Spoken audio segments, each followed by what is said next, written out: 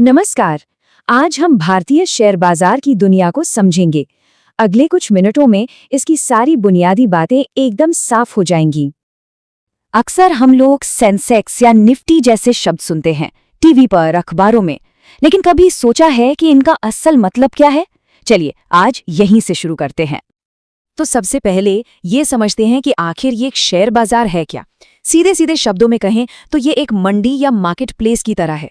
बस यहाँ सब्जी नहीं बल्कि देश की बड़ी बड़ी कंपनियों में हिस्सेदारी यानी शेयर्स खरीदे और बेचे जाते हैं। अब भारत में ये खरीद बिक्री मुख्य रूप से दो बड़े बाजारों में होती है। इन्हें स्टॉक एक्सचेंज कहते हैं और दोनों की अपनी एक अलग कहानी और खासियत है। पहला है बॉम्बे स्टॉक एक्सचेंज, जिसे हम सब BSE के नाम से जानते हैं। और मजे की बात यह है कि ये सिर्फ भारत का ही नहीं बल्कि पूरे एशिया का सबसे पुराना स्टॉक एक्सचेंज है। सोचिए 1875 में इसकी स्थापना हुई थी। और दूसरा है नेशनल स्टॉक एक्सचेंज यानी NSE। ये 1992 में शुरू हुआ और इसने पूरे बाजार का चेहरा ही बदल दिया। इसी की वजह से भारत में इलेक्ट्रॉनिक ट्रेडिंग की शुरुआत हुई। अच्छा, अब इन दोनों में फर्क क्या है? देखिए, BSE बहुत पुराना है तो वहाँ लिस्टेड कंपनियां ज्यादा हैं, लेकिन आज के ज़माने में ज़्यादातर खरीद बिक्री यानी जो ट्रेडिंग वॉल्यूम है वो NSE पर होता है।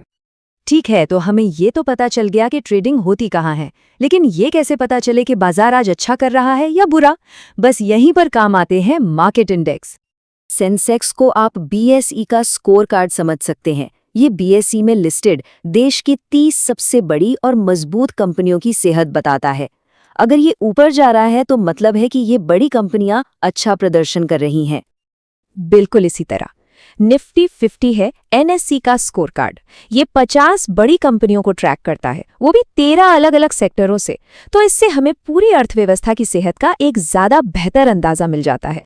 चलिए अब आगे बढ़ते हैं और देखते हैं कि अगर कोई नया बाजार में निवेश करना चाहे तो उसके लिए कौन कौन से अच्छे रास्ते मौजूद हैं। एक बहुत अच्छा ऑप्शन है ETF यानी एक्सचेंज ट्रेडेड फंड। इसे ऐसे समझिए कि ये शेयरों की एक बनी बनाई टोकरी है, मतलब एक ही बार में देश के टॉप शेयरों में पैसा लग गया। और इसके फायदे भी जबरदस्त हैं। एक तो इसमें खर्चा बहुत कम आता है, दूसरा पैसा एक शेयर में न लगकर कई में बढ़ जाता है तो रिस्क कम हो जाता है, और इन्हें किसी भी आम शेयर की तरह खरीदना बेचना बहुत ही आसान है। एक और बहुत पॉपुलर तरीका है म्यूचुअल फंड। इसमें क्या होता है कि एक एक्सपर्ट फंड मैनेजर होता है जो कई लोगों से पैसा इकट्ठा करता है और फिर अपनी सूझबूझ से उसे अलग अलग शेयरों या बॉन्ड्स में निवेश करता है। और म्यूचुअल फंड में निवेश का सबसे मशहूर तरीका है SIP यानी सिस्टमैटिक इन्वेस्टमेंट प्लान। इसमें हर महीने एक छोटी सी रकम, मान लीजिए 1000 रुपए, अपने आप निवेश होती रहती है, और यही छोटा छोटा निवेश लंबे समय में एक बहुत बड़ी रकम बन जाता है। अब बात करते हैं एक ऐसे तरीके की जो थोड़ा एडवांस्ड है। ये आमतौर पर उन लोगों के लिए है जिन्हें बाजार का अच्छा अनुभव हो। इसे ऑप्शंस ट्रेडिंग कहते हैं। इसमें दो चीजें होती हैं, कॉल ऑप्शन और पुट ऑप्शन। सीधा सा हिसाब है, अगर लगता है कि किसी शेयर की कीमत ऊपर जाएगी तो कॉल ऑप्शन लिया जाता है, और अगर लगता है कि कीमत नीचे गिरेगी तो पुट ऑप्शन।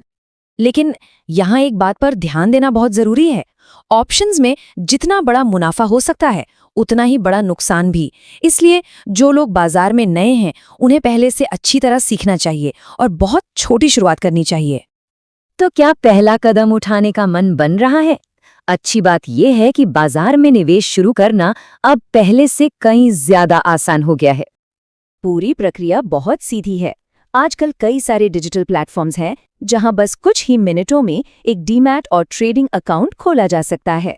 KYC पूरा करें, अकाउंट में पैसे डालें और निवेश के लिए तैयार। और अंत में भविष्य के लिए एक सवाल छोड़ जाते हैं। आज जिस तरह से आम लोग बाजार में दिलचस्पी दिखा रहे हैं और हमारी अर्थव्यवस्था तेजी से बढ़ रही है, इस सोचने वाली बात है कि आने वाले सालों में दुनिया के बाजारों में भारत कहाँ खड़ा होगा।